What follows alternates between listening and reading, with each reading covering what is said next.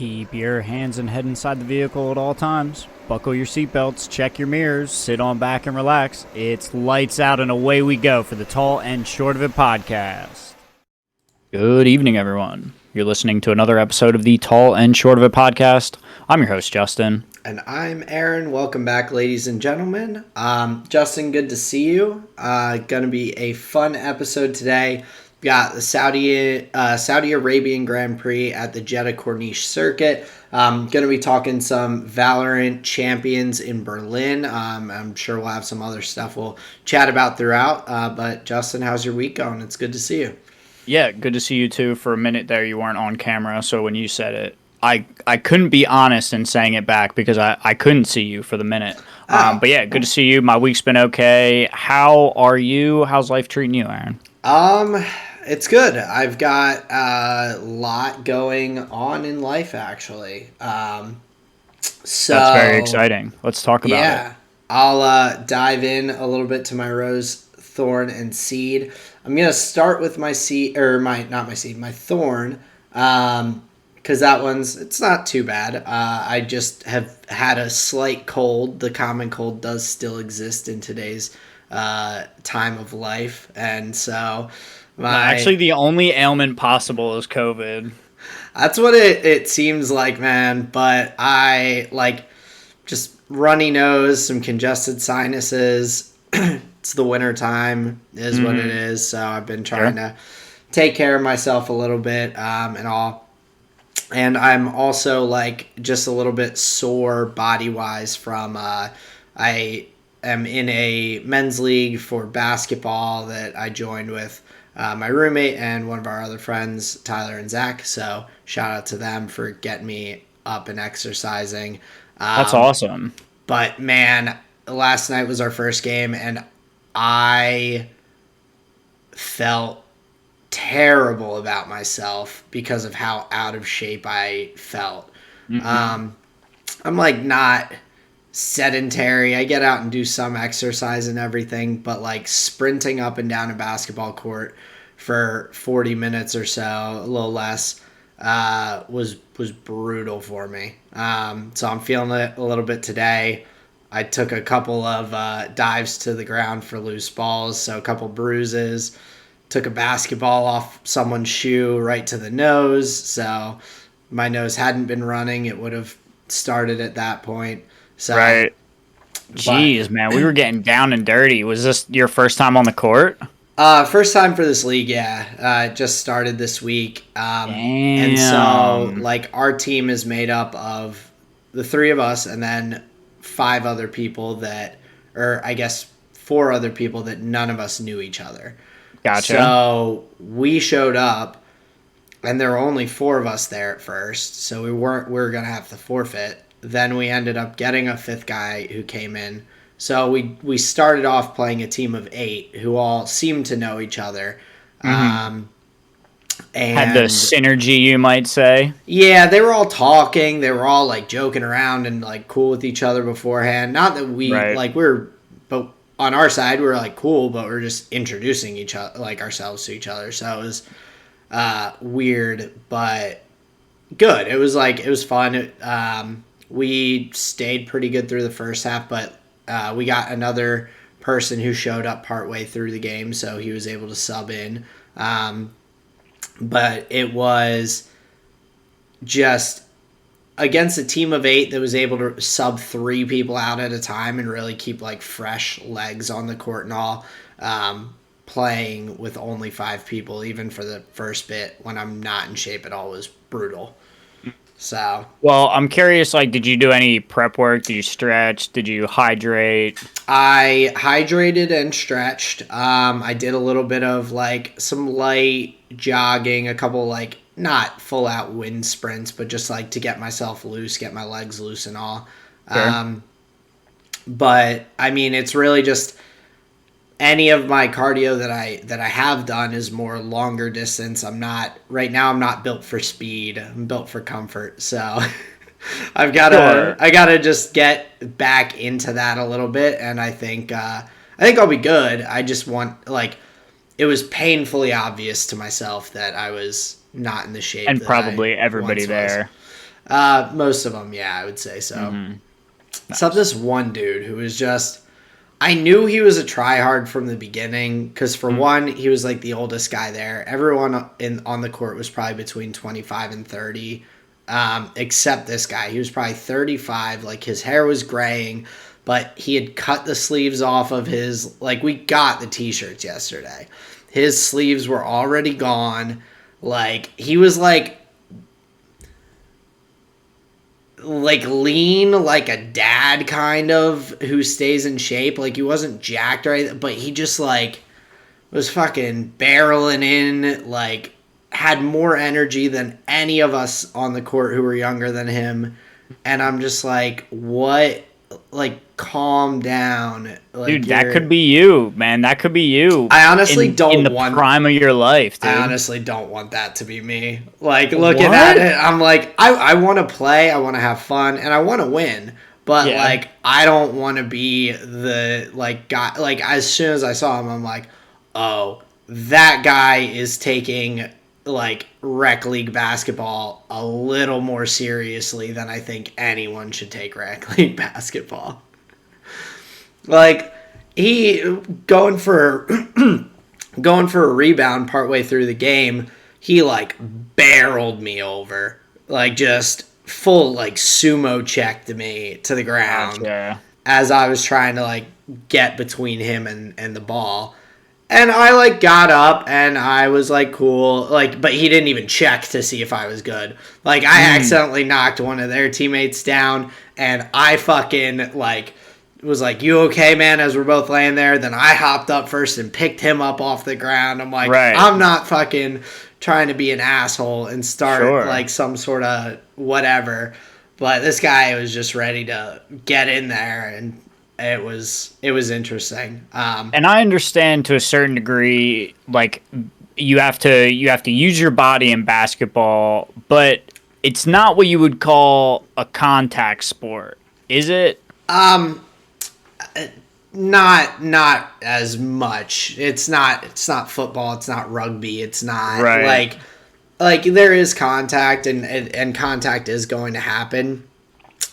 For him, but when you say barreling, that's like a particular verb to use. Oh yeah, he was just like going to the basket, and no matter what was in his way, he was like getting to the basket. And like, hey, like I said, more seriously than I am like taking it. I'm not trying to like disregard anyone else who's on the court just to win a basketball game. I still want to win. I'm going to try. I'm going to do my best, but I'm breaking my collarbone a year and a half or however long ago it was now was also a very eye-opening experience.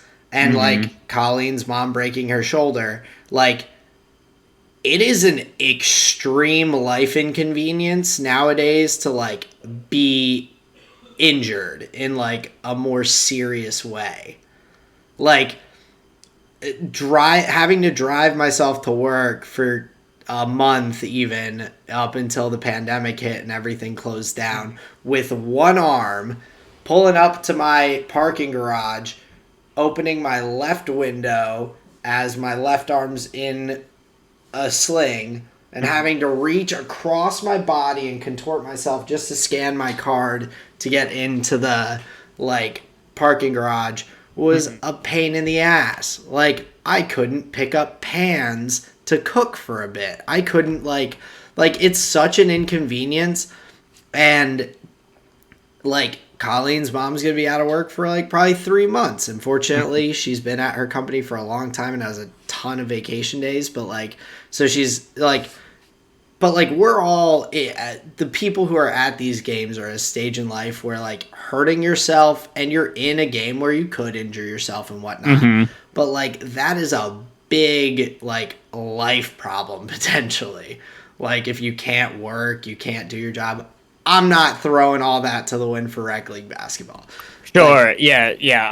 I get what you're saying. There's a degree at which thinking about the tool you got to use here. It's more than more than rec league basketball. I think the thing that I can't get out of my head though is like, do you think there was a point in time where was there like a Goldilocks zone where we're having a fracture or a break, like it wasn't that bad? Like, when you said that, I immediately thought of like Oregon Trail, like ankle snap, like you mean like that? I'm thinking more like from the age of 7 to 12. Like, in each person's life, it's not that big a deal. You fucking slap a cast on there, you go into school, everyone writes their name on it, like, people are, like, helping you out. You can still get people to write your name on the cast. Yeah, I know, but, like, people are, like, helping each other out. Like, there's, carrying your books. Your buddy and is, that's like, what you helping need. out. You need somebody to carry your books. But, like, you don't have that many... you don't have any obligations really in life. Maybe you don't get to go to your sport that you're signed up for or whatever. Right. But like that doesn't affect your livelihood at all. You're gonna look weird at the prom with the sling too. That's unfortunate. Yeah, but like I see what you're saying. I think we're at a time in our lives where we need these things. Yeah, and we're not to a point in like society. I think where you were going with like a time like. That's what I thought. We're not at a point where everyone is literally working from home and staying home and you don't have to go out if you don't want to or whatever. Like, we're not there. Like, dude, get me into the metaverse, man. Get me there. One of these days, maybe. But yeah, so I think, like, get me out of these physical chains. It was one of those things before the basketball game that I was like, you know, like, I asked Zach, I'm like, how serious is this going to be? Like, how intense is it going to be? He's like, it should be, like, pretty, like, laid back, like, fun, competitive, but, like, not insane or intense. And gotcha. Like, so I was, like, gauging it out. And so I've realized, like, I don't have to be, like, the soft guy that's like, okay, everybody, let's just play fair and, like, don't hurt each other. But I'm also not going to be that guy. Yeah, you didn't have to be the orange Monstar coming in like... Yeah, I was like, I don't mean, hey, he was playing the game. He wasn't doing anything dirty, but he was just, like, way more aggressive than I expected until I saw him with his cutoff sleeves. So... Dude, the cutoffs, that's a hard fucking look. That means you have no regard for those little pieces of cloth. Yeah. They get thrown out. And they were once part of a loving t-shirt that was going to keep your shoulders warm, and now... Well, and the best part is we had literally he had probably gotten that shirt 20 minutes before the game. Like, they were so you know he keeps scissors on him. So he was, like, ready. He either ripped that shit with his burly muscles or... with his big fucking Monstar hands. Yeah. Or... just a tiny little sleeve. He's like, freaking yeah! Or, yeah, he's, like, got scissors on deck because he does... Like, he's the kind of guy that he probably doesn't own a t-shirt with sleeves. And if he does own it, it's only for a small amount of time while he reaches in his pocket for his safety scissors and clips the son of a bitch. Like, like, work, like, weddings, whatever, I'm sure he's, like, dressed nice and everything. But then as soon as the sleeves off all of them. As soon as the button down comes off, the undershirt has no sleeves. Come off. As soon as he takes off the button off, you see that he has cut the sleeves off of his undershirts too. Like, that's probably how that goes. But man, that'd be dedication to the look. It would be. But I digress. So my thorn, some soreness, some slight under the weather feelings, but I'm sure I'll be putting myself back together pretty soon. Humpty Dumpty. For my rose this week, I've got it'll be a fun weekend and some good relaxing. On Friday, we're going to a concert. Me, Colleen, Shane, and Taylor. So we're going to be down in Wilmington for that. It'll be a fun time. A good band we like called the Wonder Years, like the TV show. So that'll be a lot of fun. And then I am very fortunate enough to get to dog sit my friend Jess and John's pup this weekend. They're going to a wedding. They want some help with the dog sitting and all. Tyler, I know you listen, so you can definitely come over and see Wally too. But we'll have a good time with that and everything. Colleen might come and hang. She's got a lot of work going on, but like her big work stuff started, so she's getting crazy, but maybe if she wants to come get out of her house for a little bit, hang out with me and Wally and do some work, that's an opportunity, but I'm looking forward to it. I think it'll be a better just dog sitting, way better dog sitting situation than Gotcha. Okay, not previous, a medium dog sitting scenario, a pretty high tier one. This is going to be a high tier dog sitting scenario compared to the pit bull dog sitting a few weeks back. So that's good. But that then brings me to my seed, which is also a big one. Seed. On Thursday, an old coworker from my company reached out to me and was like, "Hey, I've got a job that I think that opened up at my property that I think you would be a great fit for. Would you be interested?" She told me a little bit about it. Looked at the pay range that they had, and it was like below what I was looking for. So I'm like, "Hey, all good. Let me know if anything else comes up." And then she came back and called me on Friday. I had already taken off just to have a long weekend and all. Called me up and said, "Hey, are you still off today? They'd be willing to meet you at this spot with pay in the direction I was looking for." And I went out and interviewed. They told me I was going to get an offer for the position. I got it on Monday and accepted it. So I have a new job That's awesome. Without really putting a ton of the I'm glad I still did a lot of that, trying to figure out what I would want to do. But this, the fact that this came up without me seeking it out and all, was really pretty awesome. Yeah, definitely. That's sick. The fact that she saw the position and was like, "I think he would be great at it," and reached out, I'm like, that made me feel really good about how I do at work and everything, and the kind of the way she remembered me and enjoyed working with me and everything, to be able to be like, "Oh yeah, I want him on my team." That's awesome. Very, very cool. It's going to be a little bit better hours. I'll be working 8-hour days instead of 9-hour days. I'll nice. Have Is the commute better? Commutes, it depends. So where I'm going to currently with my work, no, that's the shortest commute I've ever had to work, probably. But if they shifted me around to another property or another location, in my company, probably a similar length in terms of commute, which, so not a big deal with that. I'm always going to be at the same location, so I'm not doing all that hopping and bouncing around and getting a call at 7 a.m.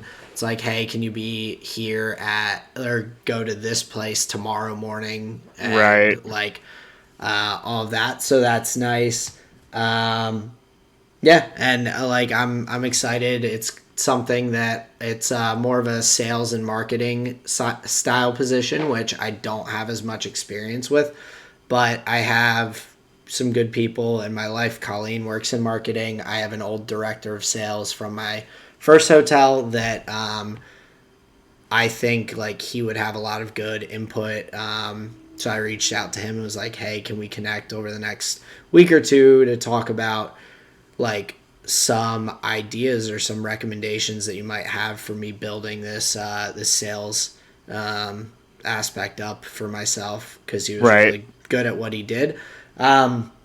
But yeah, I'm just excited for a change. It's gonna be good. I'm sad to leave some coworkers because I've enjoyed working with a lot of the people at my company. But that's life. We'll probably die soon anyway, so yeah, that's life. I can keep in touch with them anyway and all. But isn't that what LinkedIn is for? Yeah, exactly. Yeah. Okay. Gotcha. Wait, I thought that was for hitting on people. Technically, you could use them all for hitting on people, I'm sure. Yeah, I think it's more frowned upon on LinkedIn than people realize, though. I've seen way too many screenshots of, like, people getting hit on by, like, people, like, reaching out through LinkedIn. It's like, bro, this isn't a dating app. Dude, but if, like, you can't find them on Instagram, if you can't find them on OnlyFans, if you can't find them, like, late night on Reddit, like... If you can't find them on Hinge or Tinder or Bumble... Are you ever going to find them? Plenty of Fish or farmersonly.com. You know, all the places that are way better to actually, like, be like, hey, I think you're attractive and I'd like to, like... But that's what I'm saying. If they're not on those things, well, you gotta... If they're on LinkedIn, I would assume that they've got to be on something else. MySpace, I'm sure. Probably. That's where I start all my internet searches. It's a good place to start. But yeah, so I forget why exactly we got random. No, we were talking about your new job. Yeah, I know. Like, that's exciting. Congratulations. Thank you. You're welcome. I'm very excited for it. So it'll be a good opportunity. Dope. So a lot of learning, but I'm ready to jump into it. So nice. Yeah, but that was a long rose, thorn, and seed from me. So, Justin, how's your week been? What do you got going on? How's life?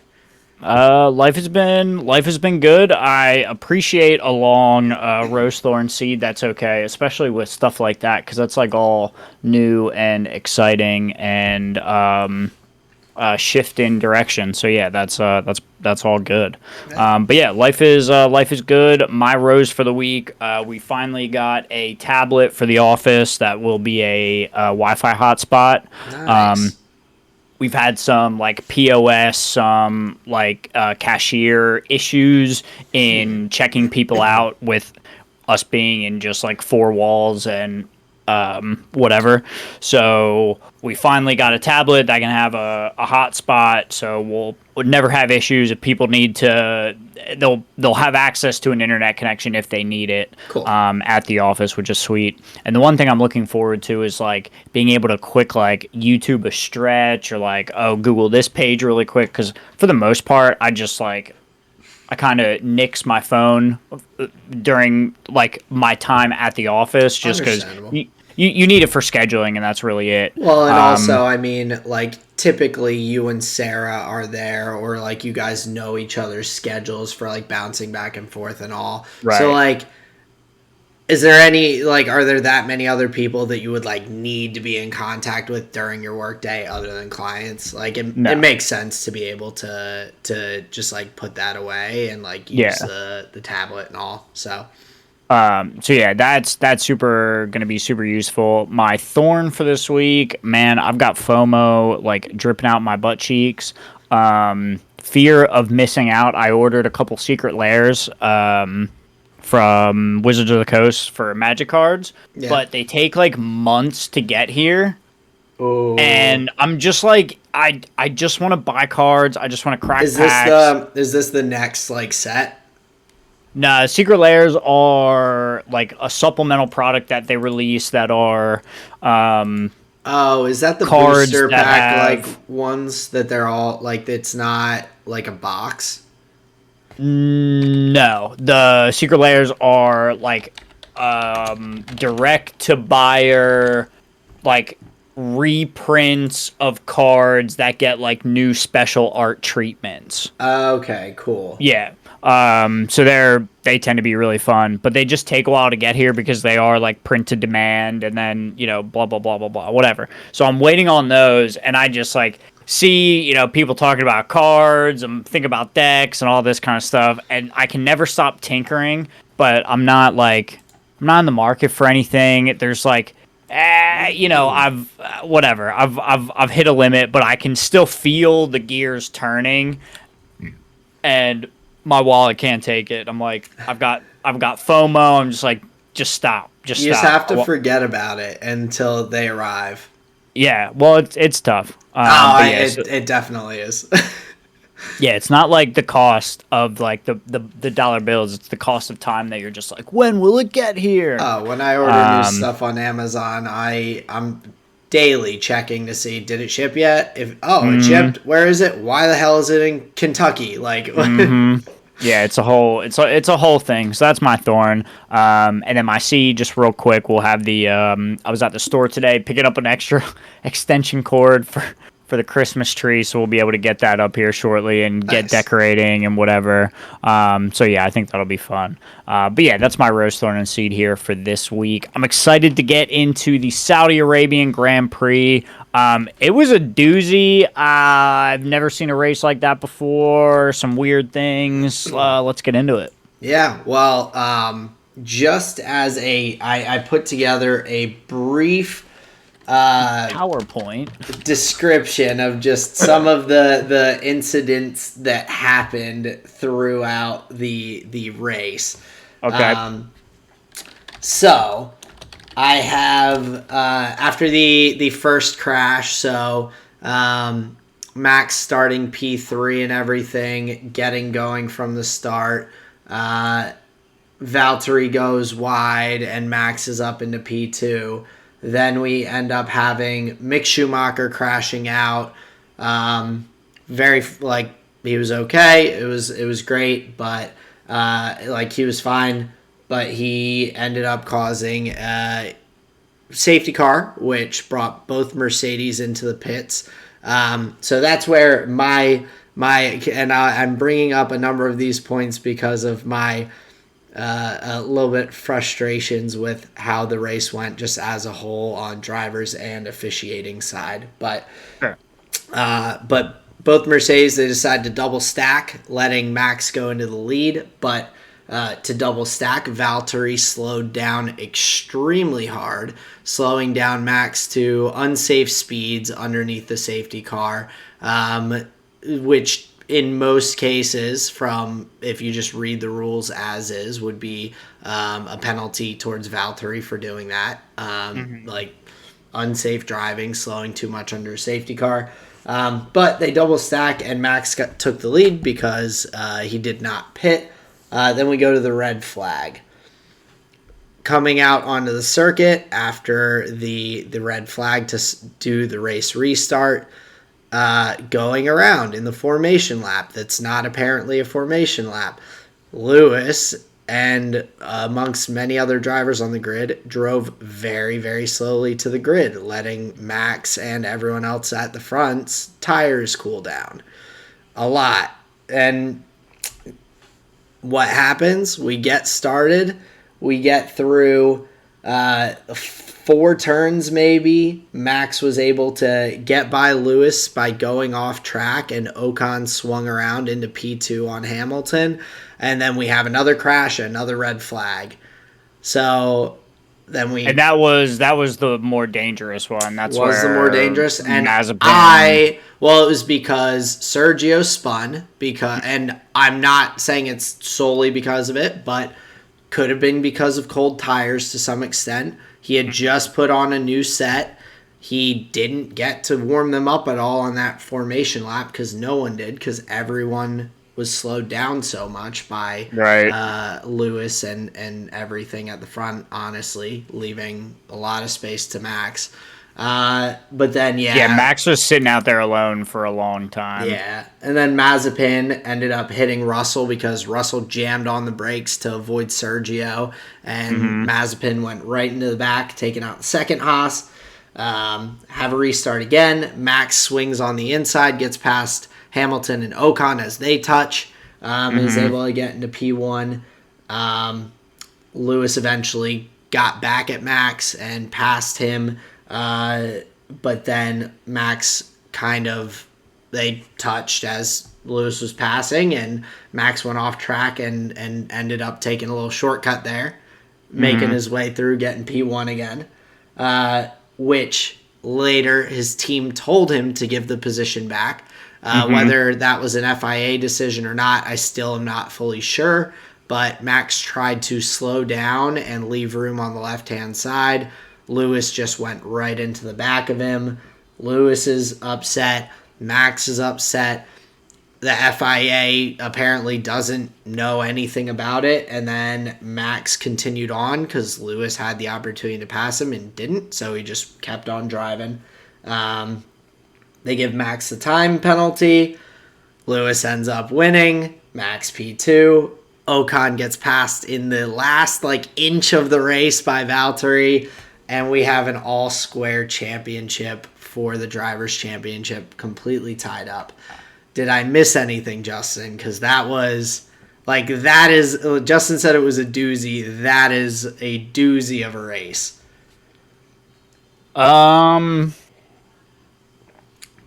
No, I think that's about it. There was, I guess the only thing I would add to that is the radio messages that were throughout the whole thing. Those events in and of itself are whatever, and in isolation may not mean much, but it was what felt like mass miscommunications from the FIA all the way down to the team principals, then to the pit wall, and then from the pit wall to the drivers, and vice versa. I think that's the only thing that I would add in there is just the lack of communication that seemed apparent. And obviously, we don't have all the radio and this and that, but you get what I'm saying. But even down to the Michael Massey coming on to Red Bull during the first red flag or second red flag and saying, hey, we're giving you the option of starting P3 instead That's the one thing I will agree with. No, I agree with it, but it was bizarre. It should have just been an FIA ruling that said, Max passed off the track, Ocon passed on the track, Lewis, Ocon P1, Lewis P2, Max P3. It was the right decision at the end of the day, but the whole coming on the radio and hey, I'm giving you the opportunity to accept this as no, the FIA should have come in and made the ruling and said, hey, this is what it is. Max went off track. He doesn't gain position. I think that would have been, I want fairness in all ways, which I think Max starting P3 was, and the FIA needs to make a call. I know they're scared to make a call because it's the end of the championship. It's so tight. They don't want to change the results, but they have to make a fucking call. They can't just put their hands up and just let things just go, because that race was at different points a little bit of a shit show. I want them to, just officiate it like a normal race. Don't go overboard. Don't go, that happened in isolation, if that pass happened in isolation, yes, an FIA call would likely be the 95% play in that scenario from the organizing body. Right. In a race that's going as... But they were at a pause, too, for a red flag. Right. So, it's not as though they would easily be able to, just give that place back because they weren't racing. So what I'm getting at is right, they couldn't say, okay, here Max is going to start P1, but as soon as as they get down the main straight, he has to slow down and let like Lewis and Ocon by. I'm not expecting that, but like Yeah, because like that's if they would have dangerous made too. But if they would have made the same call in, like if they had been able to continue racing and there wasn't another red flag, like they would have told Max to hand the position back anyway. Yeah, well, they would have because they were still racing. So why they were all still on track? So why not? They all came off track. There's got to be. They opted for the like. So yeah, so I agree that the front of the grid should have looked like that. It wasn't a fair overtake. I'm not agreeing that. But it seems like if the FIA is going to make that call anyway, wouldn't it be reasonable for... And I get where you're going. I think it like to just be like, hey, let's not like make it go to an official thing. Like, you know that this is the right thing. Just like accept it. Right. We'll move forward. I get that. And stop right there. So do all place givebacks come from the FIA? No. Most of the time, it seems like the team just says like, "Oh, hey, give that place back." I think that's usually because this is the first season that we've had any of these radio messages between the FIA and the teams. That hasn't been. So like we're hearing new things that we haven't heard before from Formula One. Right. I was always under the assumption that when a team is like, "Hey, you have to give the place back," it was because the FIA had been like called the team on the radio and been like, yeah, they went off track and passed someone, give it back. Like that's assuming that every team is grimy. That's assuming that every team, given the opportunity to pull one over on the FIA. But some of the times it's not intentional. Like sometimes people go off track because they are trying to avoid contact. Like there are things that could happen where someone could go off track or like gain a lasting advantage off track and not be doing it intentionally for like any reason. And maybe not know it. Right. So because wouldn't it be they're up to like the team first? I don't think so. I feel like the FIA, I doubt the FIA is watching literally like every turn of every car. I think they are. I doubt it. Because I think they have a world where they did not have the footage of Max Verstappen's onboard cam where they were did he not turn the wheel and all of that? Yeah. In a world where they don't have that footage, that means they're not looking at everything all at once. So there has to be some responsibility from the teams to help the driver and say like, hey, that was an unfair pass, give the position back, without the FIA ever having to come on the radio. I'd be curious. That's something, like, I don't know. I imagine... I think that's what our argument hinges on. Yeah, because what I'm imagining is they have the marshals all around the course. Like, sure. Something looks a little iffy, marshal radios it into the booth. And, like, the booth may not have... Way too slow. That's already way too slow. The booth doesn't necessarily have... Well, or there's a couple people in a booth with all the cameras of the track. Like, I know they don't always have the footage of the onboards, but the teams still... sure do. But the FIA should still have a fucking panel of TVs that has all of the, like, the outward shot, like when we're watching an F1 race, not all of it is from first person race perspective. Right. We get those shots down the straights.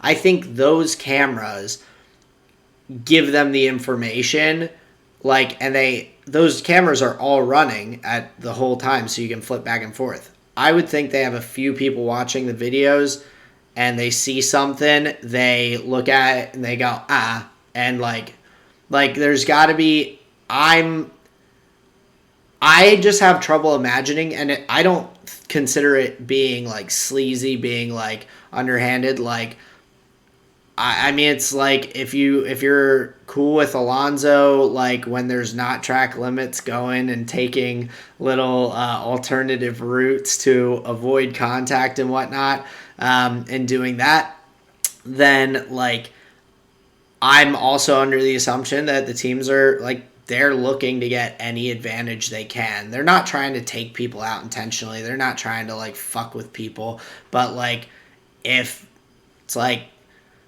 if they're not going to call it, like I just have I have trouble imagining also in a like more standard sports scenario. You don't like in soccer or European football, the referee, when someone slide tackles another guy, doesn't go up to him and is like while the guy's down injured, like, and you're at a stoppage of time and like everyone's like there and the athletic trainers are checking him out. The referee doesn't go over to the guy and go, "Come on, man, you know that was a yellow flag. You're going to take the yellow flag." Nah, they come flying in there with that card up in their hand, and they're like, boom, yellow flag, or yellow card.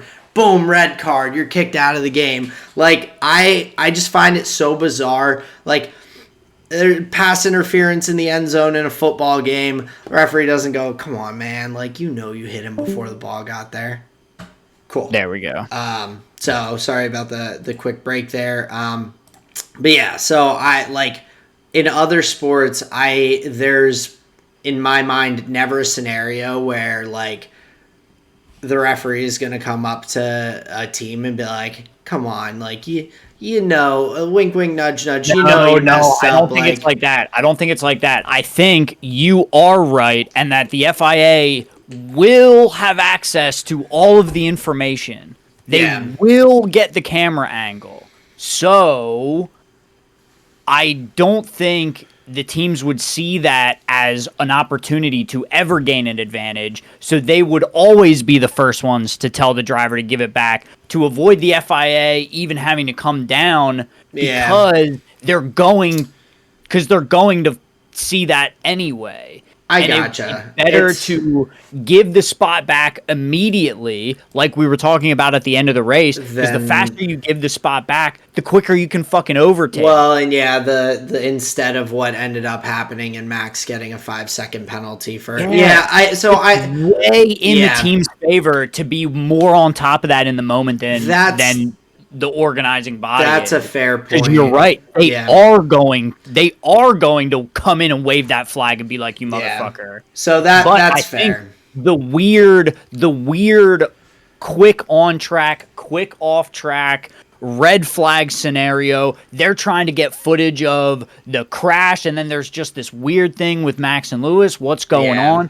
I imagine with a breakdown of communication, them being off track, they couldn't easily swap the spots back. They said, "Hey, we'll get what's going on anyway. Can you just do the right thing here, because we got to take care of, we got to put out other fires." And so just to go on from that point, this actually that does sound like, now that we've kind of worked our way through it and all that does make logical sense to me. Like, I still wouldn't be surprised if the FIA was like real quick on top of it on the radio, but I'm sure I also understand like that side of it too.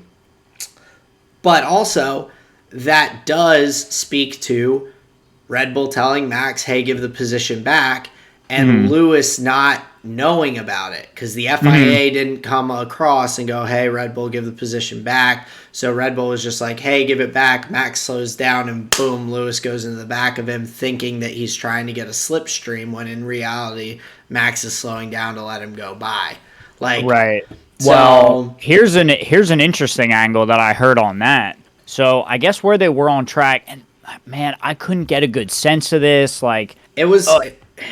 In the moment with the footage that we had. It was tough to know what was going on, but I guess they were approaching the DRS zone. They were. So it was implied that Lewis's like feigning confusion about the break was actually him losing the slowdown battle to not give Max DRS. Like, because if Max let Lewis pass there, they would have been pre-DRS. He would have been within a second. He could.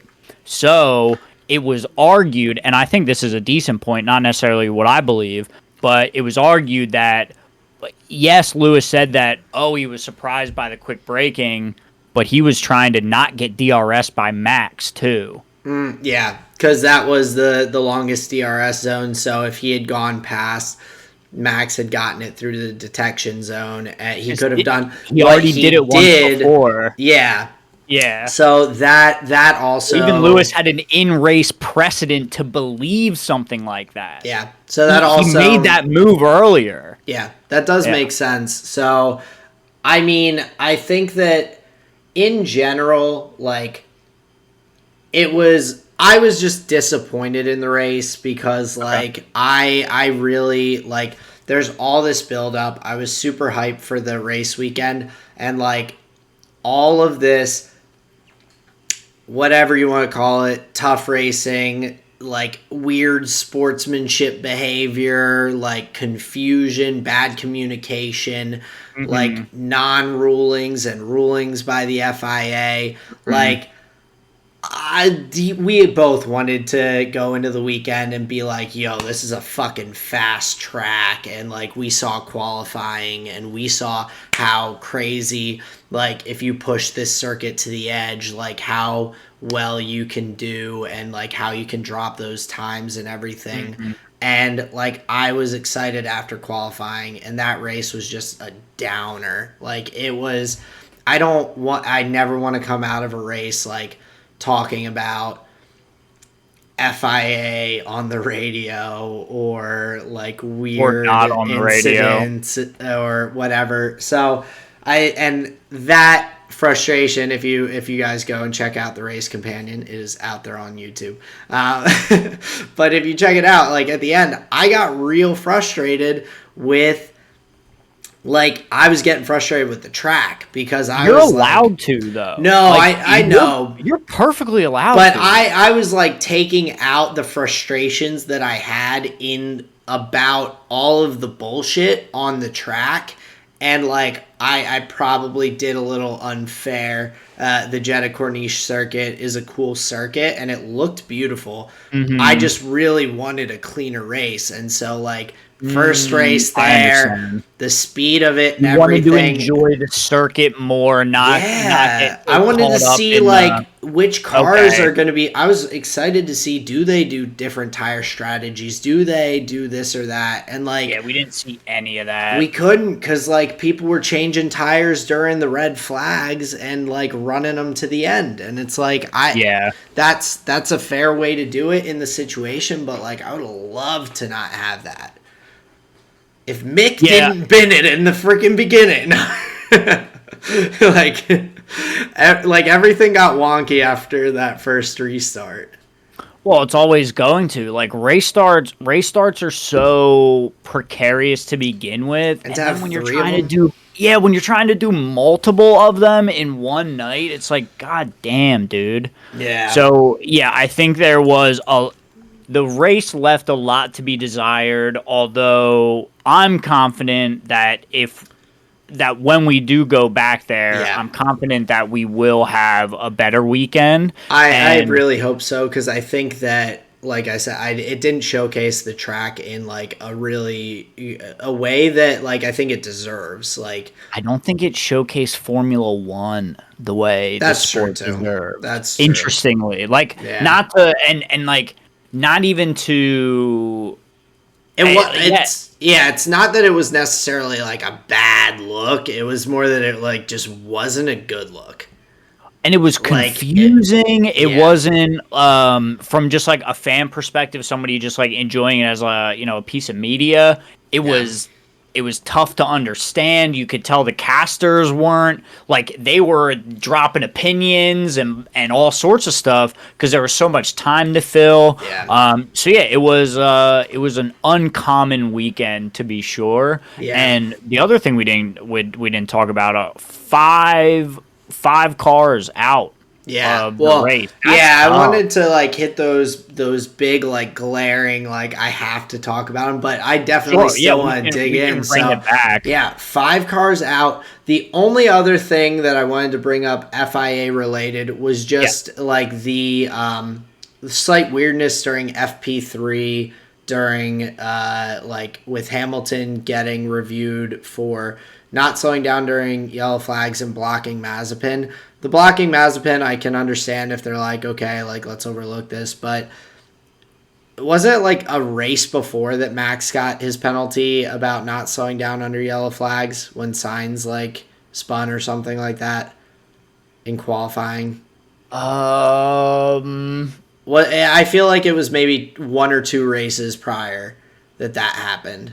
Like, Possibly. so I just thought that was another weird, like, I didn't fully watch. I didn't go through Lewis's onboard for every second of FP3 and like all that stuff. What? You're not, I you know. haven't watched every second of his career from a first person perspective? Exactly. But no, I just like, Casual.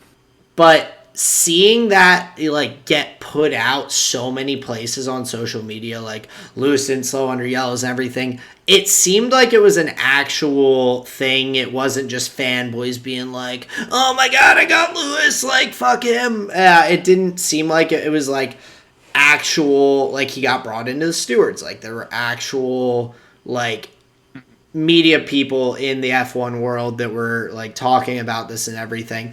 So I found there was like it was a little weird to me of not having him be penalized in any sort of way when they had done that to Max recently. So it's a little recency bias on my part. And not that I'm looking for penalties. It's just another like one of those. Why here, not that? Yeah, like I wish. And I'm really probably gonna have to dig into it a little more. I wonder, do they have an explanation from the stewards? Like, I would love for there just to be information out there available. Like, if it's a text document of like as if it's a court case, like whatever. And I think there is. I think they have I think they might, but like.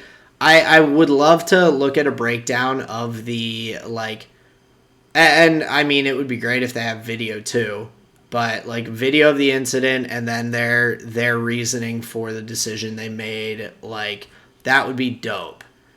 And like, I watched some of, I think it's Joe,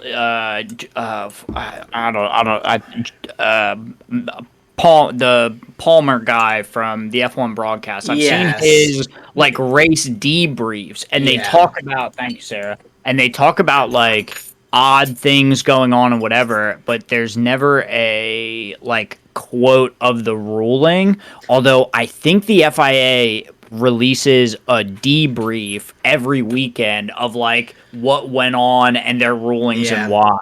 I need to dig into something like that and see if I can find it, because like I just have curiosities. I'm like, I really am like, why this and not that? I'm like, that's wonky. But to move past that, move past the craziness and all, it was a pretty exciting qualifying. Like we said, Max crashed out on his last lap coming around on qualies. He was 0.3 under, took the final turn on the track a little too hard and hit the wall. But I mean, Leclerc in the Ferrari, Gasly putting in another really nice performance along with Yuki for the AlphaTauris, starting P6 and P8 after qualies.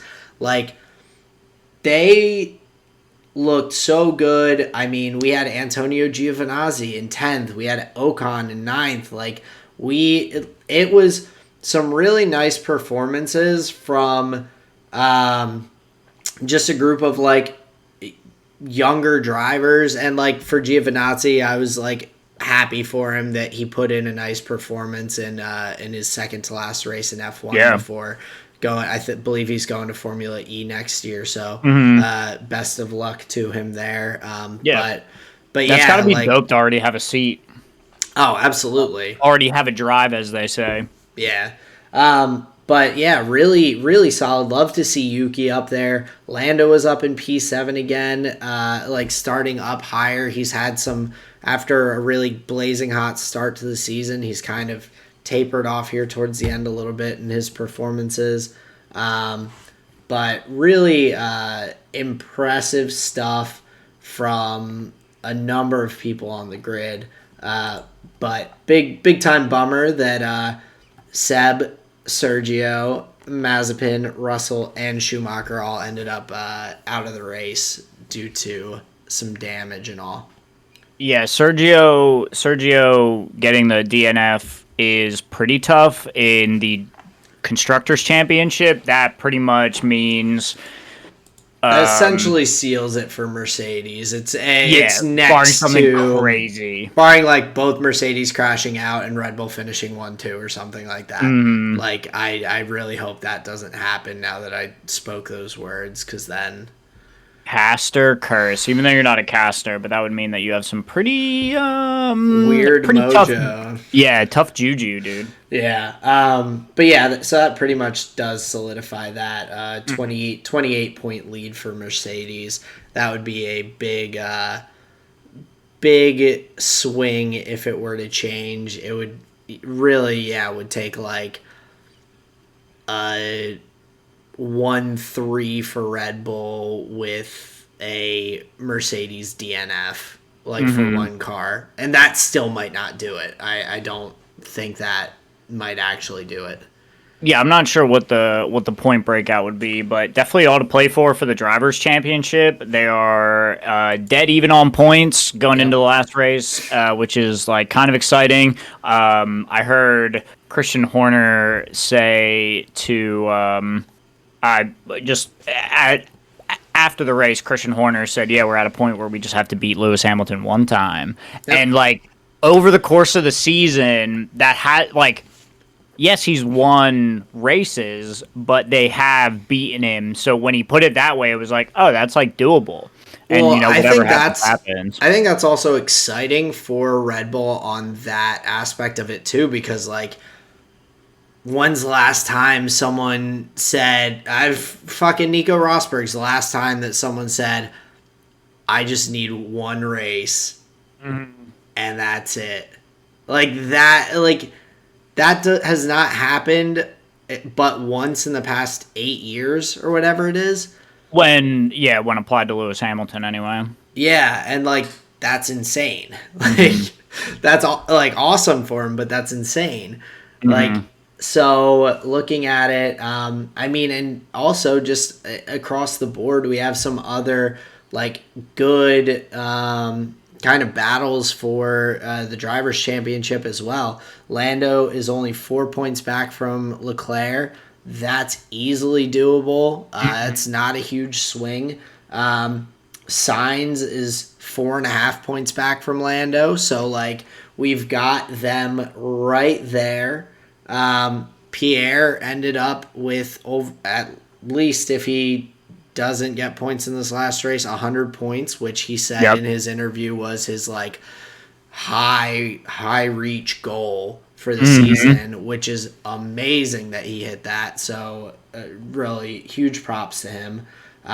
So like that 5, 6, 7 position behind the 2 Red Bulls and 2 Mercedes are all still completely up for grabs. Like that could all shake up and be a different order at the end of the season still. So yeah, at the end of this weekend, which is the last race of the season, which I hate saying. I know, it's sad. It really is. Well, and for it to just like all come down between Lewis and Max, for it to come down to that is it's just wild. Like, you do 22 races and then only one result matters. But yeah, there's a lot to play for a lot of these drivers. They are very close in contention, which then means that overall, looking back over the course of the season, you could use that to say like, wow, we really had a pretty matched up championship other than 2 outliers at the top. Oh, absolutely. Like it's awesome. And like especially in terms of that, like you said, like Alpine and AlphaTauri. Like I know Alpine doesn't want to be racing AlphaTauri for like Constructors Championship position, but like that's where they're at. And they were in a pretty tight race. 29 points across the season. It's barely a point per race different. Like that's crazy close. McLaren and Ferrari up until the last couple weeks. Like, we've had some good midfield constructors battles and everything as well. Yeah, for sure. One thing I do say, like, and this is just as a preface for, we'll probably do, I'm guessing, some post season talk and everything. Probably the do race annual breakdown, tire awards. Probably do a race breakdown next episode, but I feel like we should definitely do a season breakdown in an upcoming episode over this little break and all that we have. Yeah, we got to nominate our entries for the breakies. Breakies, tireys, breakies. I like breakies. Breakies rolls off the tongue a little bit better. The breakies, yeah, the breakie awards. So, but like, we've honestly, I just hope for next season that we actually get to focus and pay attention a bit more to some of these midfield battles that we've had and everything. I feel like this season has been so Max, Lewis, Mercedes, Red Bull focused that a number of the races, the camera doesn't leave those guys too much. And I would love to see some production that brings those other teams and like what's going on with them. Like, it doesn't always have to be, for me, like, when there's 23 races, yeah, the beginning and the end are going to be heavily about the favorites and the last standing competitors. But throughout the rest of the season, there's so many opportunities to highlight the battles between some of the other teams and the constructors, while leaving space for the plot and the main storylines of those last races to be front of the pack. Like, I would like to see some more of that next season, because like, there are a ton of opportunities this year that I feel like were potentially missed. We talked about it week after week after week throughout the season of how close in competition McLaren and Ferrari were. And I can't think of, other than when they bring up the constructor standings going, oh, and they're really, the commentators going, oh, and Ferrari and McLaren are super close. Like, that's like the only mention we were really, it seemed to be getting on those things. There wasn't a lot of like plot lines or storylines or whatever you want to call them that followed along with the midfield as much as I would have loved to. Like, Fernando Alonso, fucking like first year back. I'm sure we'll get a lot of this in Drive to Survive, but I'd love to see it like during the season as well. Like, Alonso coming back.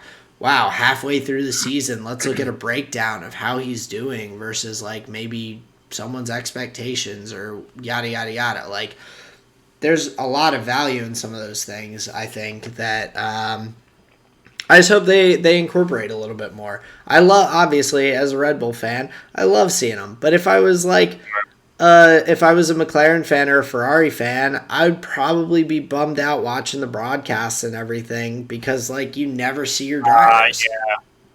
Like, you just don't. Well, and I guess there is a level where, like, depending on the racetrack, like, yes, they may be in those positions and it counts for X amount of points, but they could just be in no man's land on the track. Oh, absolutely. But like, just a little more of it. I mean, we talked earlier in the season, there were a couple times where I think like Lance Stroll, there was something with Lance Stroll coming out of the pit lane and trying to beat someone out of the pit lane, or like bumping into someone crossing a line, like things that just like weren't shown. And like the commentators were like, oh, and it looks like based on the freaking changing of the thing on the board that this happened. And it's like, well, we need more monitors.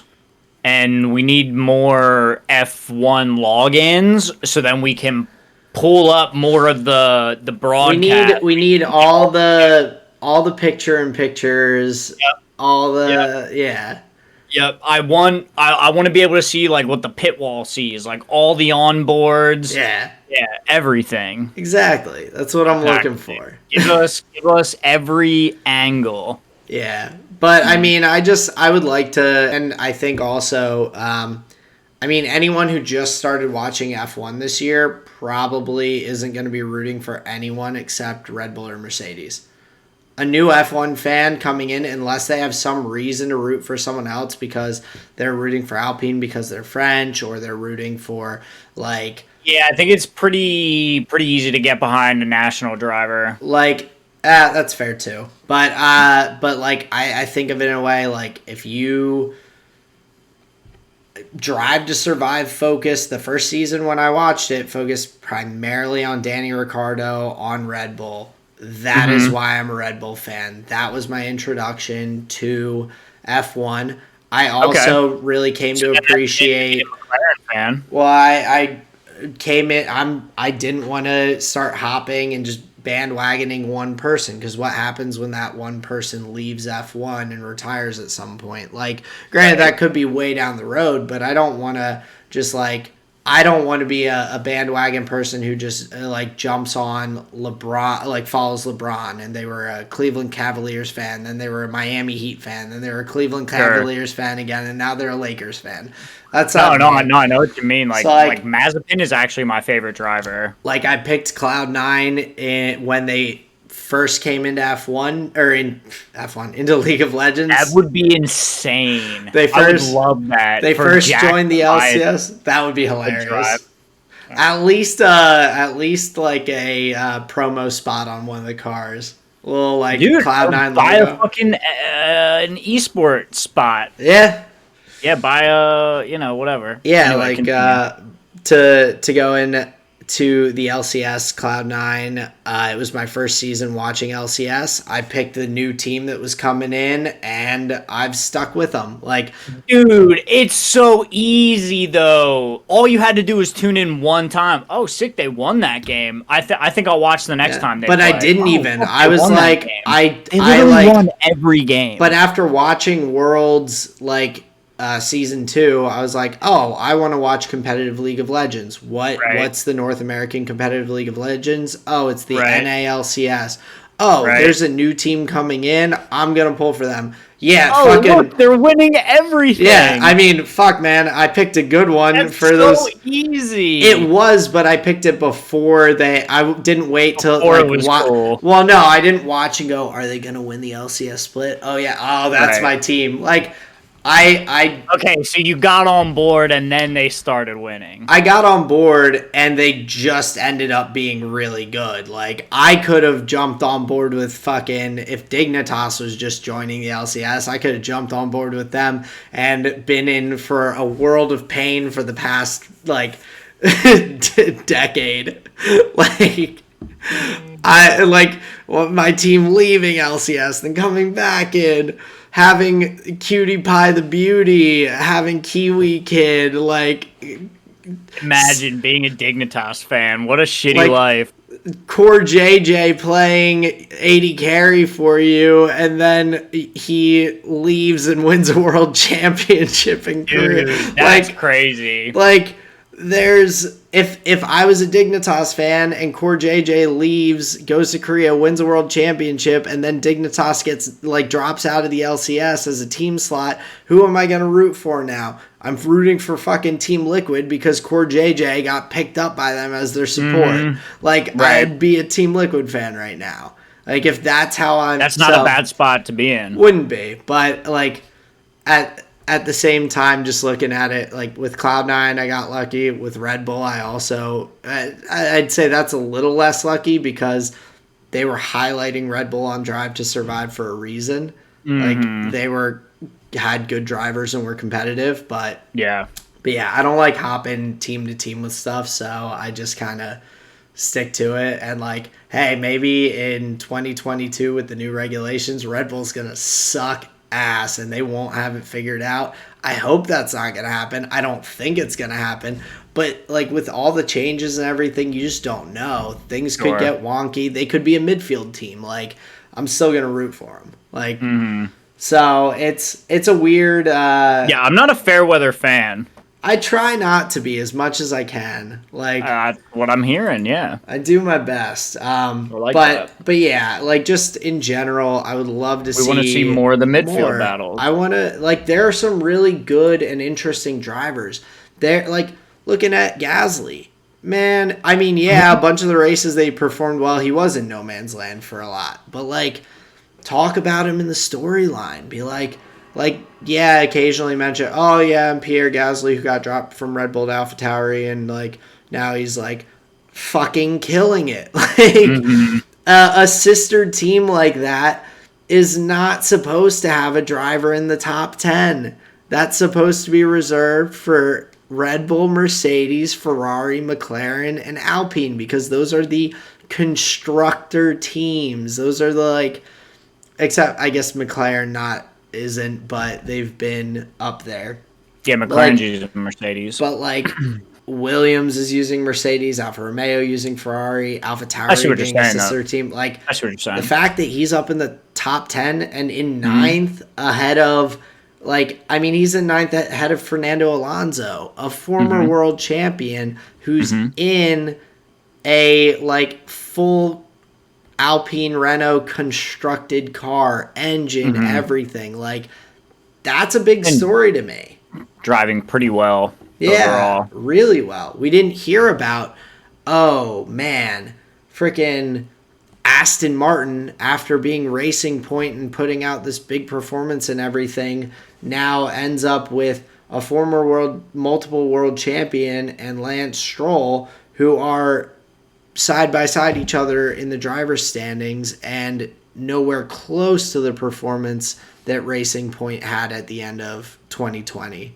Like, there's like all these other little things that, like, I would love to, or hey, like, give me some info about George Russell. He's gonna be the Mercedes driver next year. Like, right. Show me a little more of him and, like, talk that, like, storyline and everything. Like, I'm curious if they're trying to, well, because they do have to build, like, they have to build the narrative, and they have one of the most basically what I'm saying is the drivers that are on the track, they may have other interesting storylines, but there is nothing more interesting than what's going on at the top. So, yeah, like, I agree that it would be cool to see some of these other drivers and, get a sense of who they are in the team and as a driver and yada yada.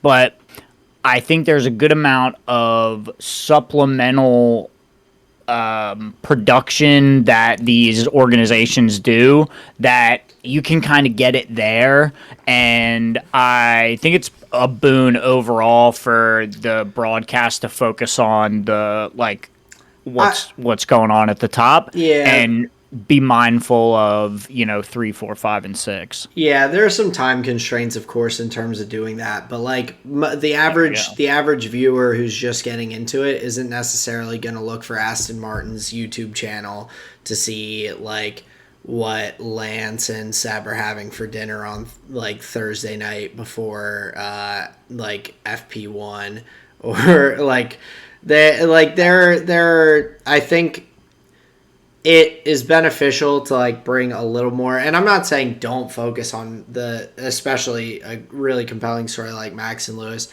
I just don't want it to be everything. With bees and shit, and the women's drive and all that. I mean, I think they highlight drivers pretty well. They do some, but it's like those are also outside of racing. That's a good point. Yeah. So, like, that's right. like, that's great. And I loved when they highlighted Lando for doing his, like, kid designed helmet for the, like, contest that McLaren put out in 2020. Like, it's cute. It's chumps. It's a heartwarming thing and all. Like, it's nice, and, like, it's a nice thing that to be able to do. And, like, Seb putting on the women's drive for women in Saudi Arabia is, like, that's awesome, because that is a, like, huge thing in terms of just, like, equality and bringing people who previously may have not had as much opportunity to be involved in a sport like that into the sport and growing it, like, to a new demographic and all. Like, that's awesome. Big time. Yeah. But, like, I don't the racing component of it too. Like I said, we have all these tight races in the constructors for certain positions, in the drivers' standings for different positions between drivers that aren't 1 and 2, and like I just want a little more talk about it. I don't want I don't want the whole race to be Lance Stroll's on board, but like a little and bit then of it. by proxy, then our podcast then is only about Lewis and Max, really. Kind of. Yeah. Yeah. Okay. Well, just one small counterpoint. Overall, I would agree. One small counterpoint. Mexican Grand Prix, man, was that about Sergio Perez? Oh, that's true. That's a good point. And you do, like, obviously when there are, like, big things, like Ocon getting the win and stuff, like, there are going to be weird scenarios that happen, or, like, big things for, like, drivers in their home and everything. Sure. Like, if we had the Japanese Grand Prix this year, then we would have had probably a big segment talking about Yuki and how cool it was seeing him at home in front of his like fans and family and all, like after having moved away and like being set up at a place in blanking, I think it's France for AlphaTauri's headquarters, or Italy maybe. Wherever they moved him, that was closer. Moved him to be close to the factory and to the team and all. Like his homecoming. Like there are things that are always going to be big stories. I like more like frequent broadcasts during the race. Like, oh, here's this little jostle. Not just when people bump into each other, like further back in the pack. So yeah, sure, I can definitely vibe with that. So, but yeah, it's an interesting one. Just I really appreciate some of the additions to the F1 broadcast that they've done, like the FIA like radio messages and some of the different, really giving you more of a look inside. But those are my favorite moments. I just have some little like little tweaks that I would do that would give a little change to it. But yeah, you want everybody to get a trophy. Yeah, exactly. You participated. Yeah. That's what I want. Yep. Hey, man, if I was getting multiple I'm gonna hate your kid. If I don't want children, but if I was making multiple million euros to be participating, I wouldn't be fucking complaining. So there you go. I think I'd be living a pretty nice life. Sure. So I agree. But lots of competition coming up in the last race of the season, but competition that we haven't talked about as much in a little bit. We've got the Valorant Champions Tour in Berlin that has had a number of games. You had been watching. You got me to go back and watch a lot of VODs and everything. I guess I want you to start me off with like some of these big points of this weekend, especially as it's been the past few days, or I guess not weekend, the past week or so of this tournament, what you've been seeing, some of the main storylines, and kind of there's a little bit of craziness, I guess. A little bit, I believe, from Group A, if that's what you're alluding to, the exploit. Is that what you're talking about? So it was exploit as well as Sentinels in Group B. Gotcha. Okay. Gotcha. Yeah. So a lot to talk about. So we're in Berlin for Valorant Champions. This is like the world's, the finals, top 16 teams from around the world. Now we covered Masters Berlin and we covered Masters Reykjavik, which were the two of the tournaments that were feeding to this. So there were players and teams that we know and are familiar with from those competitions. Mm-hmm. So going into this, we had the group stages for most of the previous week, and the quarterfinals started today, I believe. But we can go backwards a little bit, talk about some of the things that I found interesting. Let me get back to my notes. So yeah, the one thing, and it didn't really end up mattering. They didn't count it to their record, which means they were like mathematically eliminated at that point because they weren't able to play the full 3 games if they needed to. It didn't count for their record, so they were mathematically eliminated, and that was Keyed Stars. It was some exploit. I didn't see that game, but overall, I don't think it really ended up mattering. They dealt with it, removed the standings, and then just moved forward. Yeah, and the team itself also had lost, like, Keyed Stars had lost to Ascend. They had lost to X10. So, like, they were not most likely going to make it out Right. anyway. So, So, not a lot was made of it. They just kind of quietly went away. yeah, moving on through that, like, just makes sense. Right. So that was fine. Not a big deal. But the other point that you brought up, and I'll set this up with a tweet from Sentinel 10s. He said, NA Valorant is dead. That's because they all got knocked out. But they were the top of the tops. They were. And I still, based on, and honestly, like, watching through, so I watched through the Fnatic C9 Group D first match that they had. Okay. Then I watched through each of the last chance the last chance matches for the second seed of the groups to go through. The losers brackets.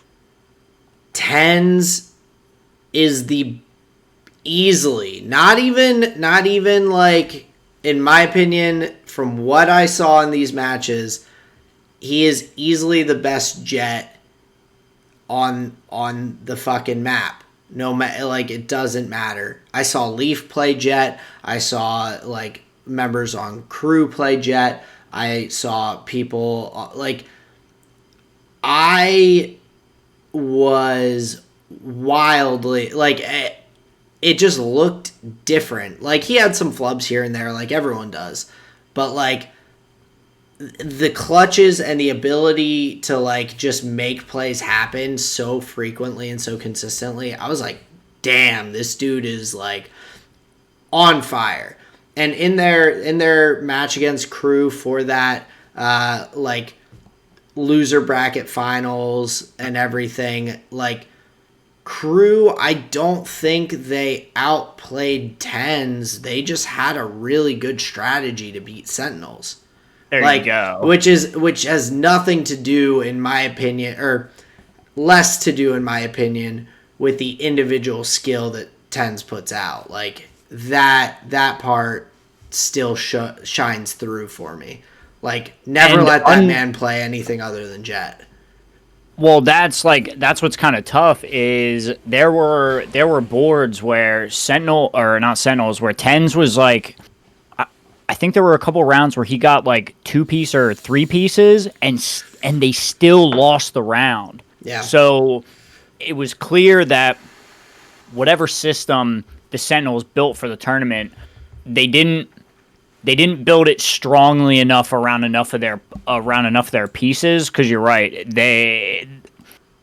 if 10s got shut down, they didn't look that good. And I have to say, 10s himself did not even look that good. I think he, like,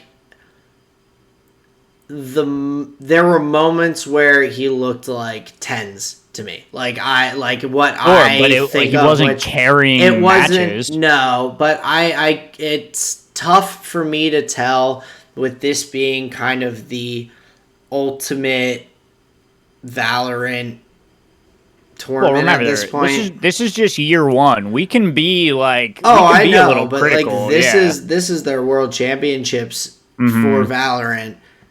Watching or knowing that and everything, my expectation of the other teams is also higher too. Like, I don't expect any of these teams to be necessarily getting stomped or extremely outplayed but it was visible to me from watching the games and maps that I did that Tens is just like, he's at least on Jet, he is a step above, and this kind of shots that he hits sometimes are absolutely wild.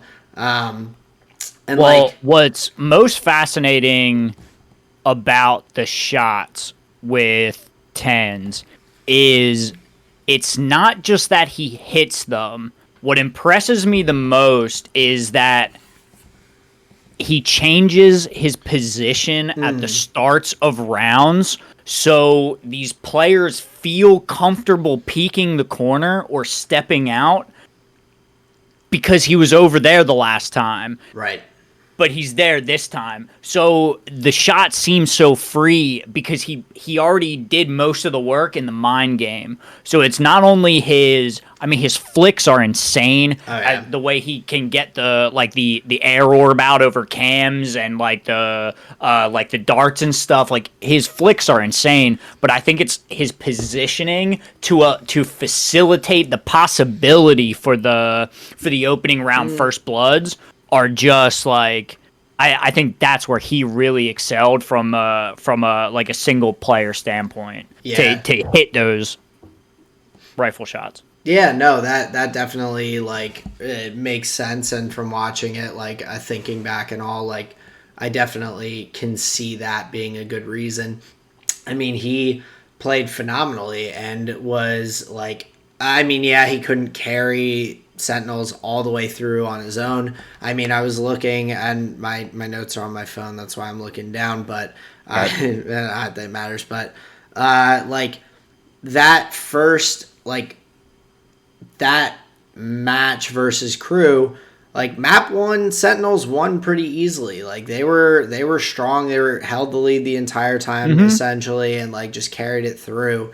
But map 2, I was looking, and Sick was disappointing me for most of the map, except for the Sick, I think it was a 4-piece clutch that he got the one round around, I think it was around round 7 maybe or something in map 2, and he just it was wild. He popped off. But the rest of the time, it was Shazam and Tens who were just trying to carry the team and drag them across. Yeah. And with the additional pressure and aggressiveness, because that's what Crew brought. That's a strategy they came and changed, that they were we're pushing everything. We're taking aggressive angles, aggressive peaks on T side, on CT side.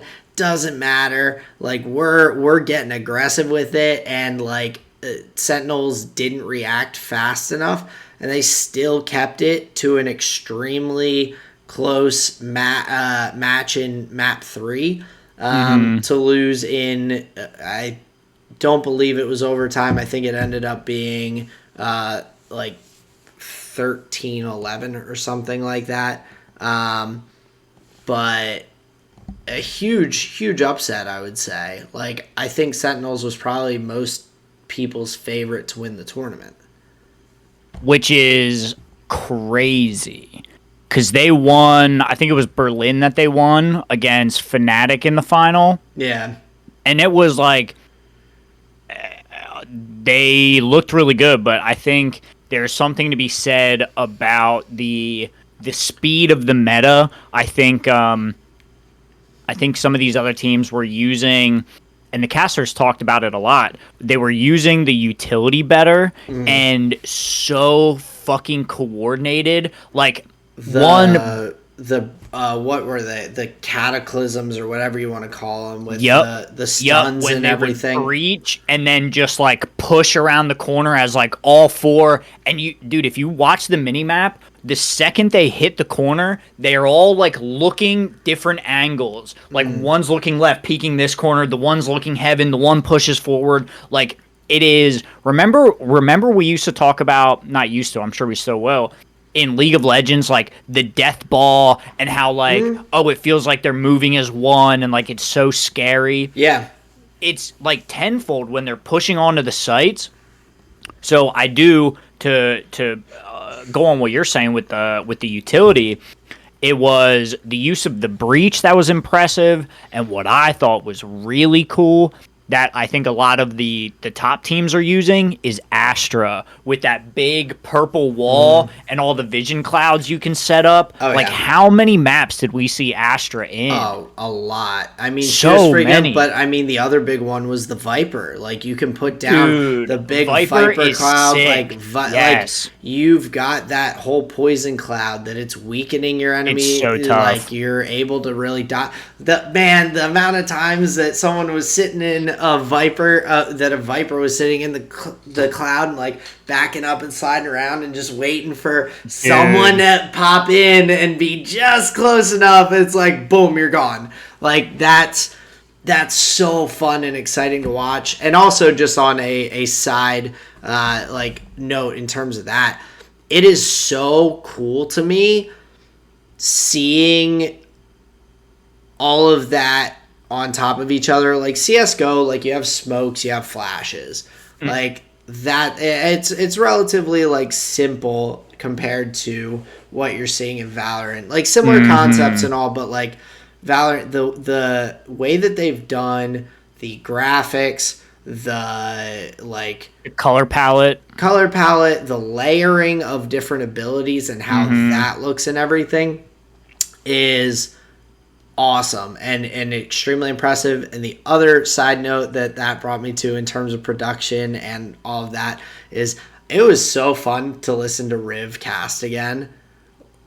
Hearing him cast, I forgot that he was still casting Valorant because it's been a little bit and everything, and that was just nice to hear. As I'm watching some an eSport that I don't watch as frequently and everything, to hear that comforting voice to just big time talk me through it all. I'm like, take it, and Riv. Riv is a great caster. He's so good.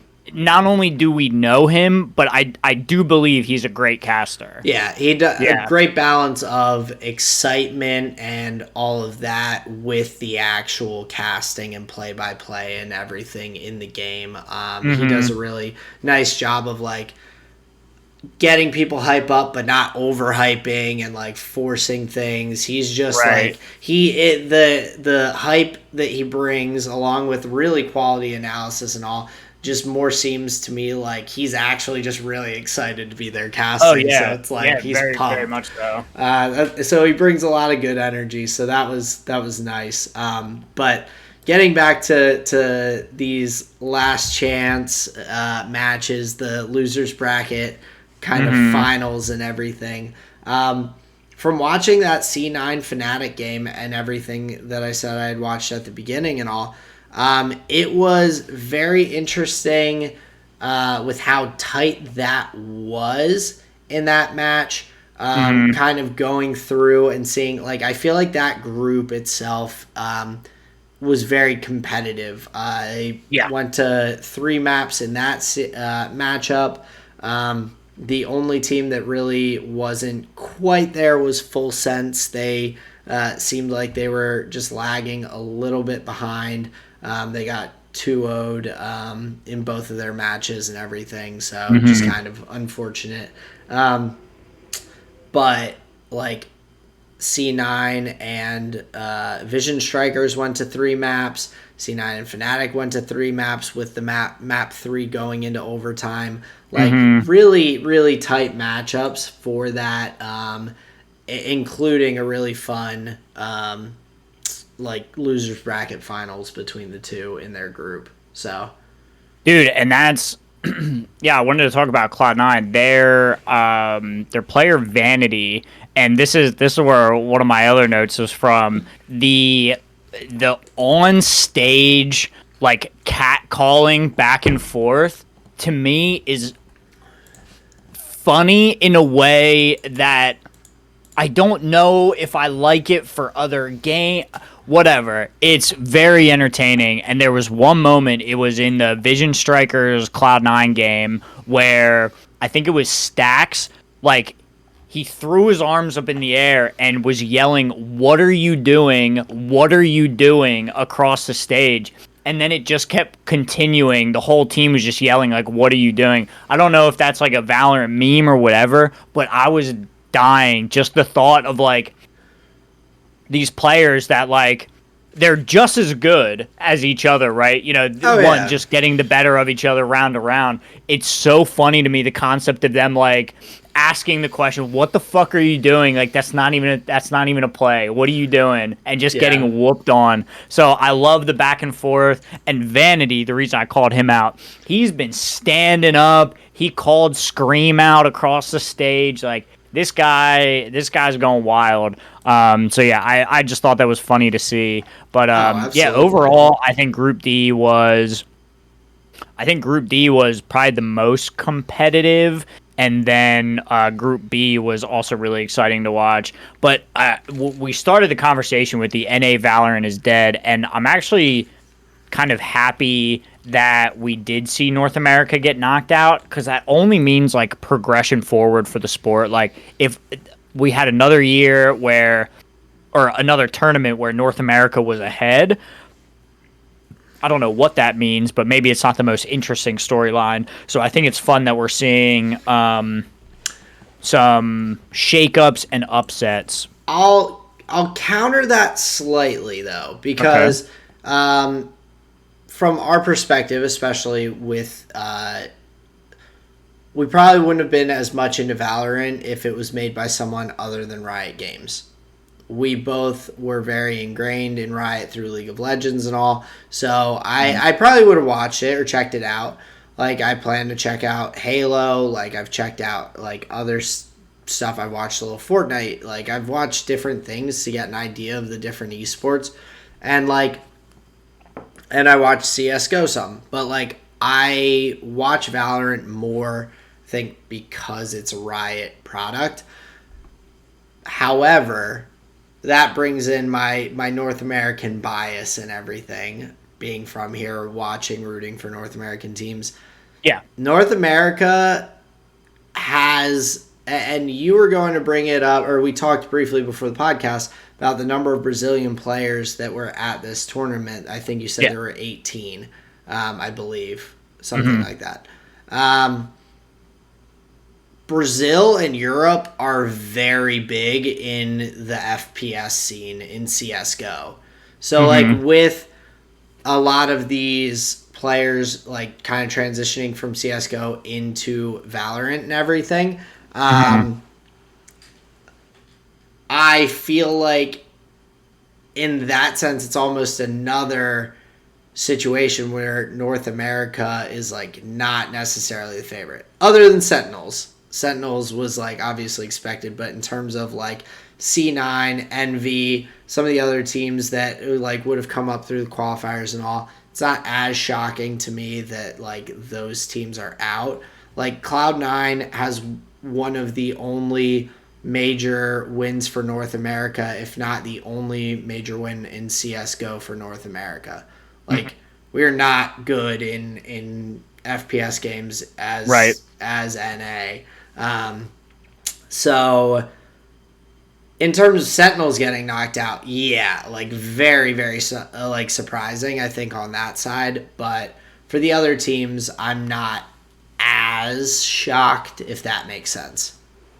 I'm surprised Team Envy didn't make it through. I think they had an opportunity to. I think Team Envy is pretty good. But I guess not from a...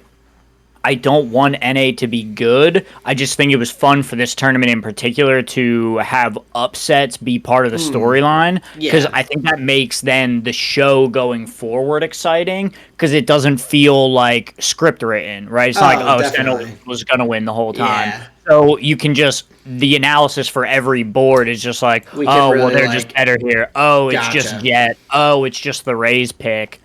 There's a world where now it's like, you know, Cloud9 wasn't even supposed to be here. It was Vision Strikers. Like, that to me is exciting, where Cloud9 gets an upset. And so more of more of just interesting points for the tournament in isolation. But yeah, That's true. That makes sense. I definitely do hope NA continues to be a threat moving forward. Yeah, I think it's fun to watch, but I mean, like, I just honestly I want to get to know like some of these players a little bit more too. Like, watching some of these other teams, it was exciting. So who stood out to you that isn't tens?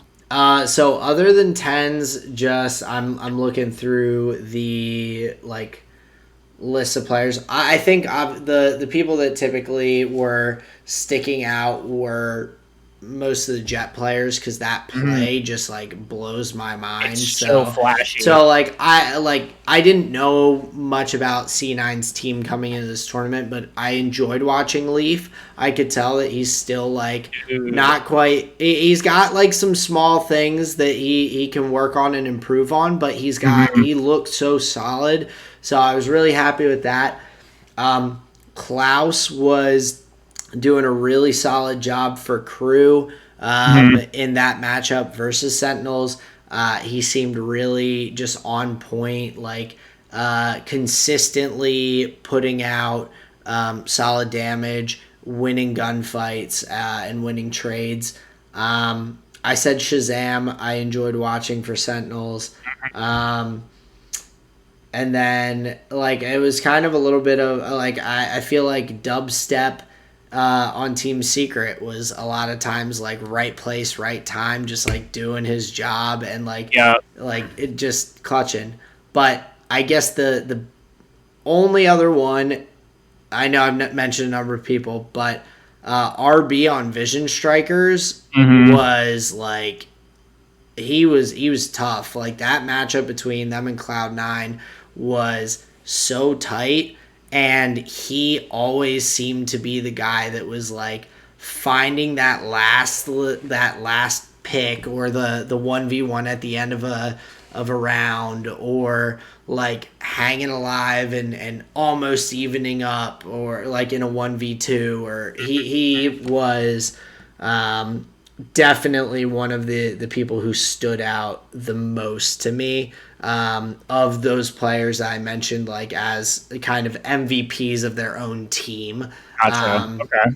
I think he was one of those that really did like stand out. So okay, gotcha. I really enjoyed watching from Gambit. I really enjoyed watching both Nats and Shados. Them to me were Nats. I really like because he seems to play in unconventional ways. The way a lot of his gunfights happen, it looks like he's catching the opponent like, oh, he wasn't supposed to be there. Yeah. So watching Nats play, I think, is really exciting. And the other guy said Shados, the highlight reel that he has from early on in the tournament is just like sticking in my mind.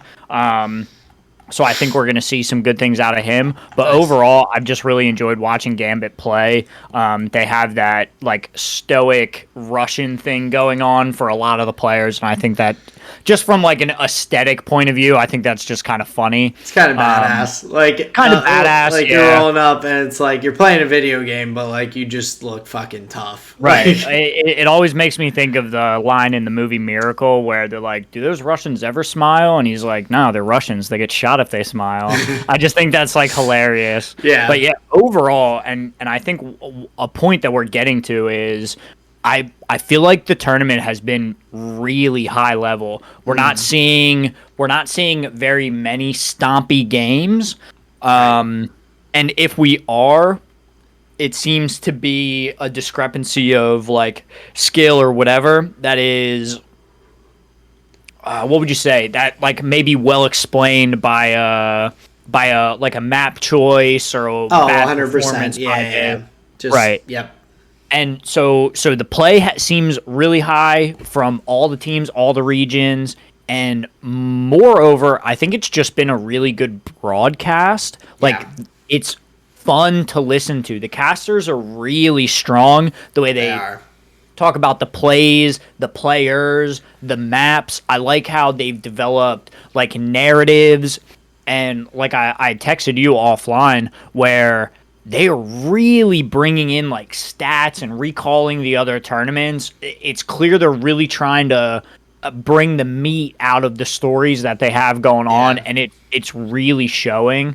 I think the individuals that they have on the broadcast team is really strong. Yeah, which is Or it's awesome. enjoyable anyway. Because I agreed, like both sets of casters that I listened to, because I believe it was like two main sets. It was Riv and someone, and then a woman and someone that she was with. And I didn't pick up names as easy, but they were all really solid. The breakdowns, like the hype that they were bringing, the energy and all, like it was really, it made it fun to like go back and watch and everything. I would love to like be a little more on top of it for myself when these Valorant tournaments are coming around this after this one, of course, for the next season, I guess season 2 of Valorant. But Yeah, hopefully there's going to be a season 2. Jeez. I'm sure there will, but it was. I think they've built in this first like big year of it being a competitive esport and everything, and having all these tournaments in the system and all. It's exciting to like have good quality production in terms of like your on-air talent and everything. Like that's a big thing that in a number of esports, like early on, like they're not the best to like listen to the commentary while you're watching. It's a little like just not as good quality. Like just a like in a number of aspects. So like to see them having it together, having a really good flow, like good back and forth and all, was awesome. Yeah, I definitely agree. So it's been a good show so far. We've had, excuse me, we have the first 2 quarterfinals in the books. We have Ascend beating Team Secret 2-0 to move on to face Team Liquid in the semis, and then we also have Gambit and X10 Crit in the first quarters for tomorrow, and then Fnatic versus Crew in the second quarterfinals for tomorrow. And that'll set us up for the semis and then the grand finals. Yep. So some good Valorant still to play. It'll be fun, and I'm hoping that I'm assuming we'll break it down next week, because I'd love to see kind of how this all shakes out. Oh yeah, definitely. I know I'll be watching. Yeah, so definitely keep an eye out for that next week as well. If you're following the Valorant scene and kind of looking for some content, we're of course still diving into it, getting a little more used to it, but it's been fun and exciting to watch. So also check out those games. There were a lot of good ones. So.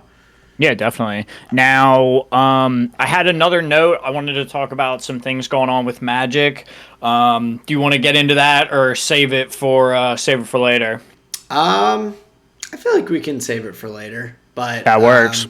But yeah, definitely we'll bring that and have time for it in either next episode, or probably next episode, I would think. Yeah, that's fine. Let's get into our flavor of the week here, Aaron. What have you been munching on? Sounds good. So I have to like go back, because I completely jacked up my food for my flavor of the week last week. And not that my Thanksgiving foods were not good, but I did not even mention Colleen's family's hot sauce competition that we did on Saturday after Thanksgiving. And so I just wanted to talk about that a little bit, because we had a lot of hot sauces. Colleen and I brought our homemade one that we had done with her Reaper peppers and like all these different ingredients and all.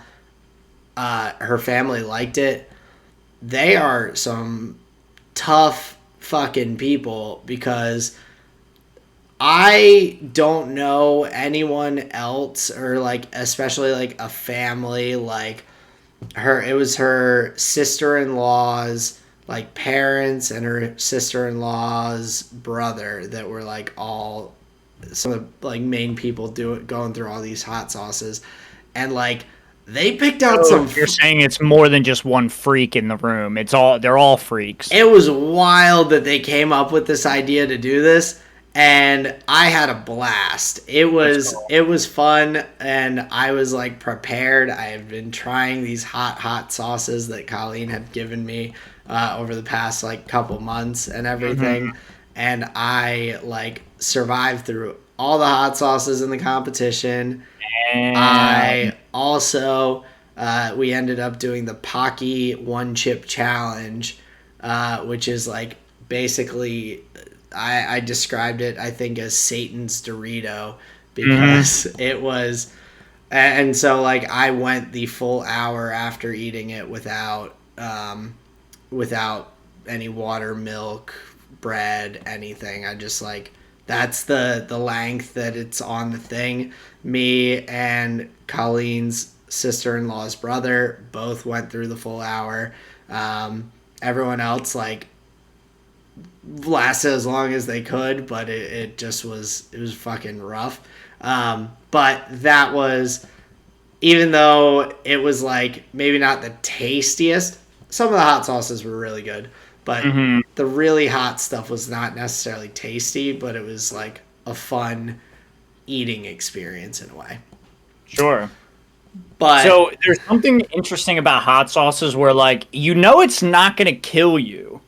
So like there's no onus to well, I like, mean, if this burns for 45 minutes, I'll die. Well, with the Pocky Chip Challenge, like at the very least, it fucked up everyone's stomach pretty hard. I was sitting there during the hour, just like my stomach felt like it was just twisting in knots, like, and then it would go away for a little bit. It was like the first 20 minutes was just dealing with the burn in my mouth. The next 40 was just the periodic, like, my stomach's upside down now, and up, right. And like, just the craziness of that. Oh God! But I just had to bring that up since I did like leave it out.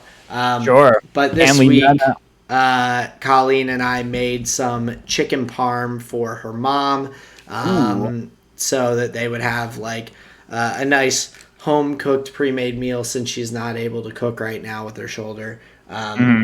And we made an extra portion for ourselves. So she had hers. I actually had mine tonight before the podcast because I hadn't had a chance to cook it up and everything. So for this week, some bomb-ass chicken parm. That is this week's flavor of the week. That's what's up. For my music, I've been listening to a playlist that Shane put together for the Wonder Years.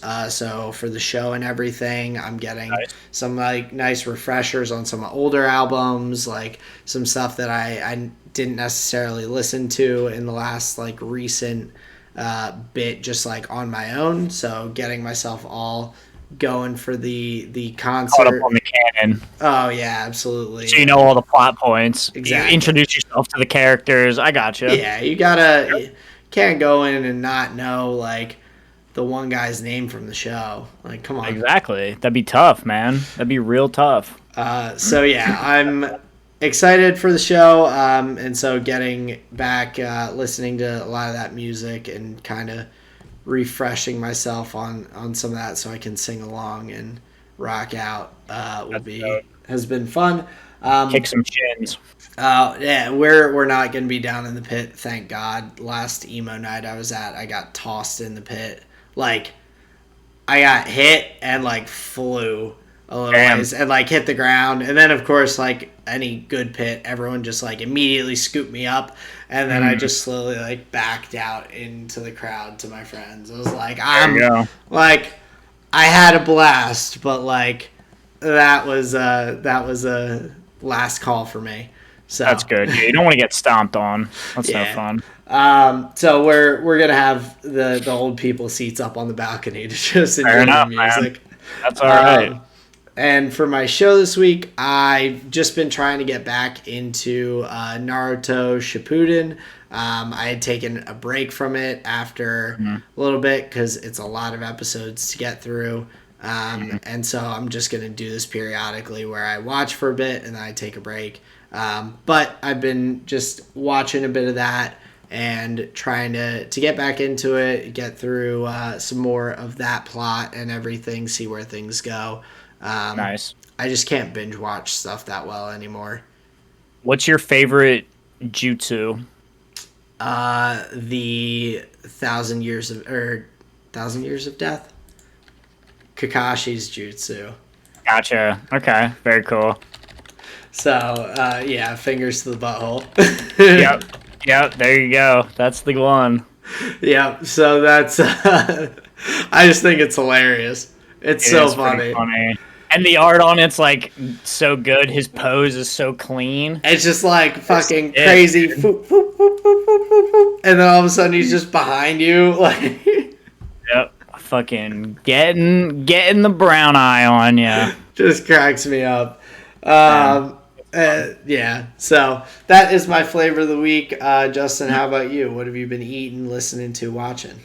I got all three this time. Yeah, that was clean, dude. Well done. So I've been listening. Went back to Coloring Book. I don't know if Chance the Rapper has a career anymore, so I just went back to the golden years. Okay. And Coloring Book's a good one.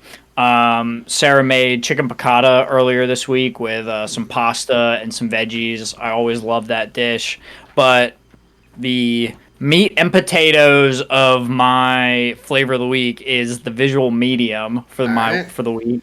And the one that I have written for you is the dumb book that I'm reading, The Catcher in the Rye, but that's not what my flavor of the week is. Have you ever seen Red versus Blue? Yes, of course I have. Dude, I went back and watched season 1 last night, and I don't know if I'm just like a big fanboy or if it is actually that funny, but being so far removed from like Halo 2 and just seeing it as like a commentary on war and like meaningless war, dude, I was fucking howling. The whole like you killed church, you team killing fucktard, the what's going on, dude? You like the guy up in the ship when they order the tank or whatever. Oh my god, I was dying. It is worth going back to. I will have to do that because those videos have always been like really hilarious and cracked me up. Like, but I would just watch like it would pop up and I'd like watch through one. I never watched through like a bunch of them like all at once. I would just periodically like as like a movie. It's like all awesome. The episodes all lined up. The audio's pretty good. It looks really good, and man, it felt so good to go back to. And like I said, I don't know if it's actually funny or I just think it's funny, but man, it's a good one. I can't wait to get into the other seasons of it. So Red vs. Blue season 1. Very nice. I'll have to check it out. Yeah. I'll let you know what I think if it brings back that nostalgia a little bit. I think it will. Big time. I think it will. But yeah, that's my flavor of the week. We had a crazy race this weekend. We have a good Valorant tournament going on and coming up. Stay tuned for next week's episode. Aaron, give me some final thoughts here. Yeah, so everyone, thank you for listening, for watching. We love putting this out. We're coming to the end of a really exciting F1 season. We're excited to be able to put out content from other different esports and areas in our lives. So definitely check that stuff out if you haven't listened through all of those segments. Might pique your curiosity, pique your interest. You can, of course, find us on Spotify. Check us out on YouTube. And Justin, take us on out. Just want to say thank you, everyone, for spending your time here with the tall and short of it. Like Aaron said, we really enjoyed doing this. So yeah, it just means a lot that you guys are listening. So thank you so much. This has been another episode of the Tall and Short of It podcast. Peace out, everyone. Later.